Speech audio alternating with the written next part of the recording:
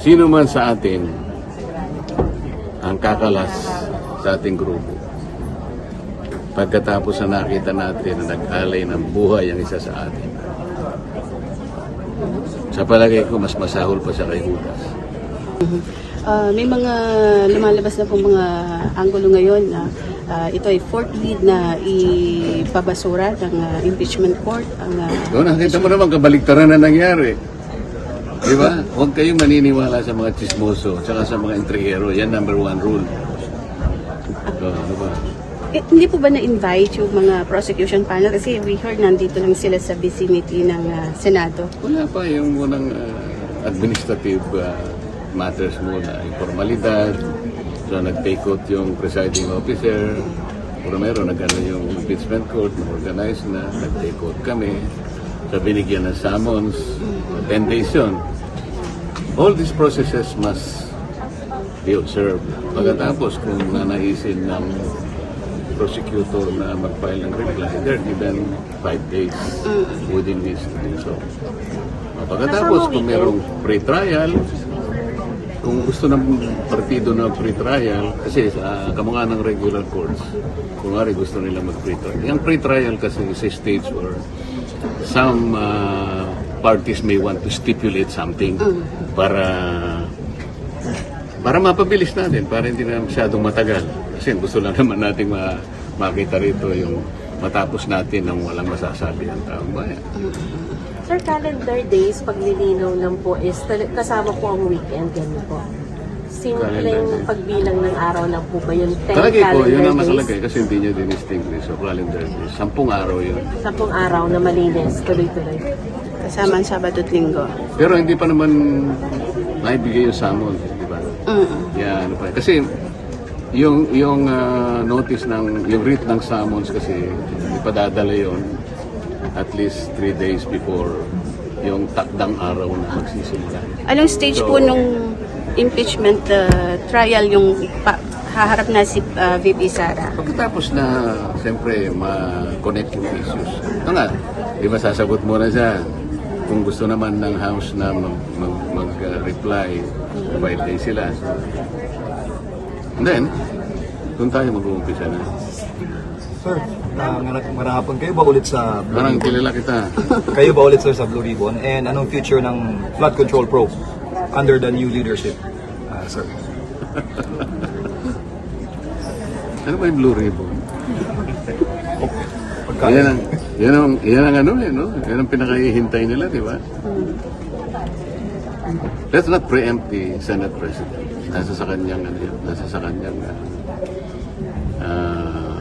mandato. Anong call niya, di ba? May attempt ba talaga na recruiting yung ibang nasa majority ngayon? Oo naman. Nga, sila umiikot, minuto eh. So it's a failed coup. A failed coup d'etat. Hindi naman natin masasabing nag-ano pa lang naman sila eh, kayo naman. Halimbawa ikaw, alam nilang hindi ka, alam naman lang matatag ka. Hindi na nila pupuntahan.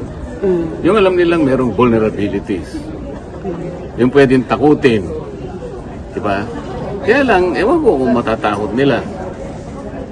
Alam mo sabi ko sa mga kasama ko. Ito sabi ko, I just said to paraphrase what Senator Camille said on Wednesday night.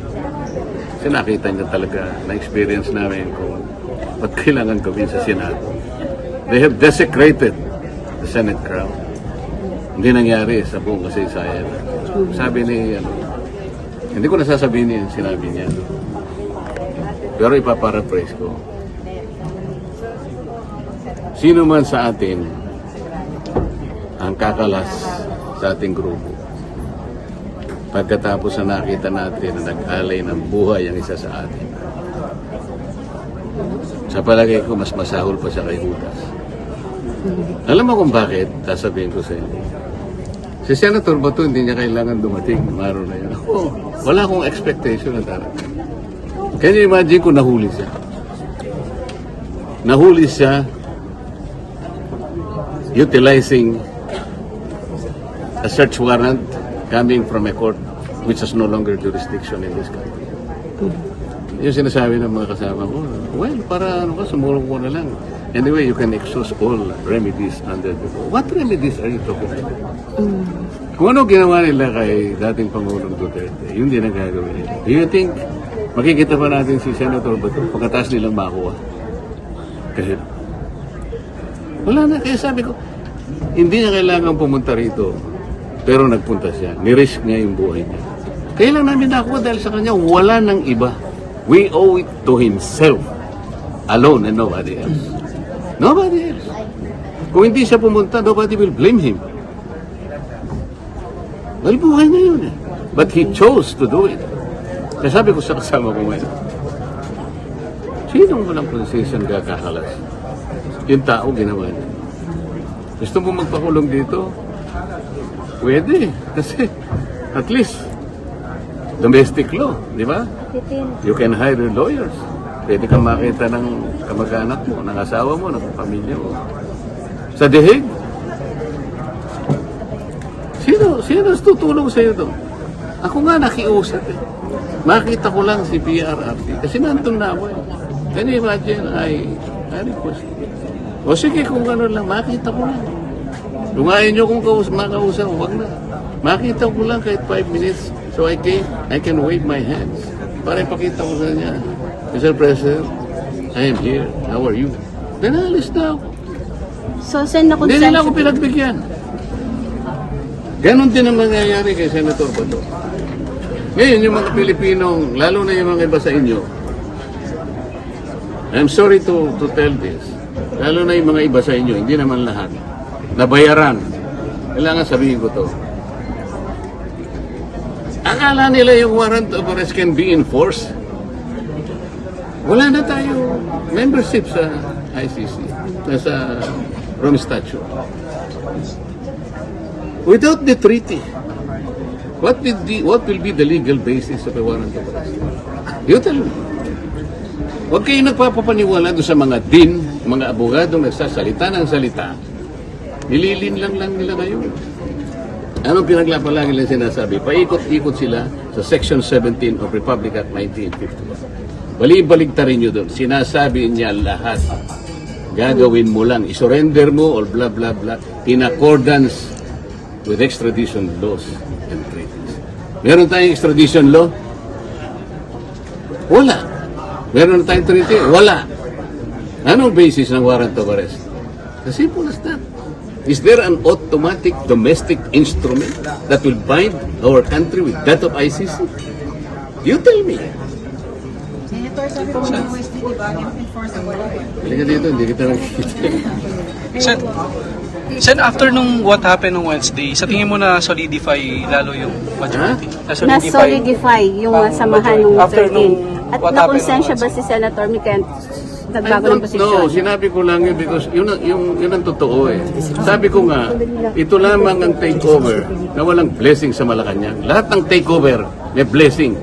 Pero ito, hindi nila alam to. Ang tao nagbuwis ng buhay, yun ang importante. Buhay niya yun. So, Paano mo i-disregard yun? kaya ba nag... Kaya mas masahol pa kay Judas. Yung maghuhudas sa amin. So, nakonsensya si Senator Mix kaya nagbago Wala ng- akong sinasabi. Wala akong Sabi niya sinasabi. kanina, Wala sort akong of. sinasabi. Tama na po, okay naman. Sen, thank you so much. O ano? Sige, ano? Hindi, sabi kanina po ni Senator Mix yun na nga parang nakonsensya siya, hindi na gusto yung nangyari sa Wala Senado. kami pag-uusap ng gano'n. Huwag na kayo magbanggit ng kung sino. Sinabi ko lang yun sa grupo namin. Hindi namin kagrupo ni Senator Nix. Okay? Sir, sorry, yung nangyari po nung Wednesday, nandito din kayo, sir, di ba, nung nagputukan? Oo, kaya lang. Nakaupo ako ron. Nag-iisip, bakit kaya nangyari? Nalulungkot ako. Sabi ko, bakit kaya nangyari sa bansa namin ito? Pagkatapos, sari-sari kami raw ang nag-instigate. Kayo ba na? Sino ba ang gaano kayaman ang imagination ng isang tao na kami gagawa, no? nagko-caucus kami, in-extend namin ang caucus dahil ang sabi nila darating, tumawag ang House of Representatives. Totoo naman na diniliver nila, sinabit nila yung articles of impeachment. So habang nagbi-briefing kami, hindi pa kami gaano nakakalahati. Bigla nga, peputukan na ganito. Diyos ko ako. Natakot din kayo. Hindi ako natakot, nalungkot ako para sa aking bansa. Kailangan bang mangyari? Why? Sir, was the Senate really under attack during that time? What do you think? Kailangan pang nandun yung mga elemento na yon at sasabihin pa. Meron daw, I don't know, may Referring to kinukuha susi NBI, daw sir. yung ganito. Kung merong problema, bakit hindi ang National Police ang tawagin? Bakit ang DI? Unang-una, anong ginagawa ni Trillanes? Bakit siya magsese? Palagay mo may warrant of arrest. Palagay mo lang. Why is Trillanes the one serving the warrant of arrest? Did you ever ask him? Wala. Nanonood ako sa inyo. Wala man lang nagtanong sa inyo. Sir, ano ba bang authority niyo? Ba't kayo po yung nagseserve? Did you ever ask him? Wala. Tinanong naman, sir. Oh, anong sagot niya? Ang sagot niya, nandito daw siya kasi in answer to, ano daw po yun, sabi, challenge daw kasi ni Senator Bato. Pag sinabi ni Senator Bato na kumain siya ng tayo, kakain siya ng tayo? Thank you.